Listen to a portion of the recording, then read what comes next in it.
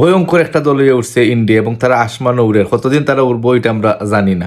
আজকের ম্যাচও 14 ওভারে 4 উইকেট নাই, 110 রান। তো আমরা ভাবছিলাম যে টাইনা টুইনা হয়তো বা 150 রানের গন্ডি ফার হইতে পারবো, কিন্তু আমরা দেখলাম এই ম্যাচ রে লাস্টের দিকের একটা পার্টনারশিপ যে শুভমান দুবে এবং হার্দিক পান্ডিয়া 35 বলে 76 রানের একটা পার্টনারশিপে বিশাল একটা সংগ্রহ নিল। বিশাল সংগ্রহ মানে 193 রানের একটা সংগ্রহ। তো জবাব দেওয়াত নামিয়া তারাও কিন্তু কম গেছে না। নেদারল্যান্ড কিন্তু লাস্ট 5-7 বছর ধরে খুবই ভালো মানে ক্রিকেট খেলার, যে তারাও মানে 176 রান গেছিল, কি তার মানে 23 রানে 17 রানে তারা ম্যাচটা মাত্র আসছে। তারাও একটা পার্টনারশিপ লাস্টের দিকে যে লিওন আর ক্রোসি, মানে 23 বলে 47 রানের একটা পার্টনারশিপ। এই পার্টনারশিপটা যদি তারা ব্রেক না করতে পারতো, মানে ভাঙতে না পারতো ইন্ডিয়া, তাহলে কিন্তু তারা বুকে কাফন ধরে দিয়েছিল, এবং খুব সহজেই মানে মনে হয়েছিল একবার যে খুব সহজে হয়তো বা নেদারল্যান্ডে ম্যাচটা বার করে নিব কি।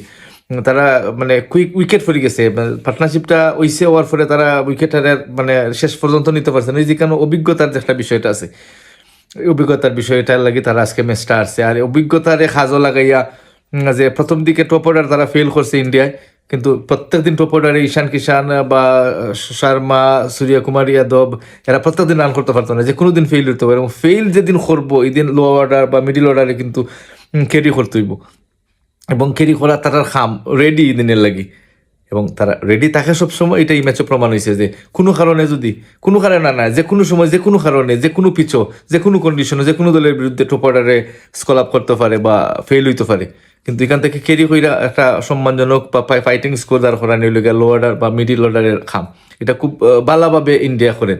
তো ইন্ডিয়ার দলটার ওই লেগে যে ভয়ঙ্কর, খেনে আমি কইলাম যে সর্বশেষ কত লেগে ভয়ঙ্করতার লাগে যে তারা যে একটা পজিশন ওয়াইজ একটা পজিশনের উপরে তারা নির্ভর নাই, যে আমার টপ অর্ডারে রান করতে হইব, মিডিল অর্ডারে রান করতে হইব, মানে লোয়ার অর্ডারে রান করতে হইব। যেদিন যে ডিপার্টমেন্ট ফেল হইব পরবর্তীতে তার নেক্সট যে ডিপার্টমেন্ট আছে তারা এটাকে কাভার দিলাই, এবং তারা খুব ওয়েল প্ল্যান করিয়া যে বিশ্বকাপ হয়েছে, এবং বিশ্বকাপ নেওয়ার তারা একমাত্র দাবিদার। Australia gone already go to home.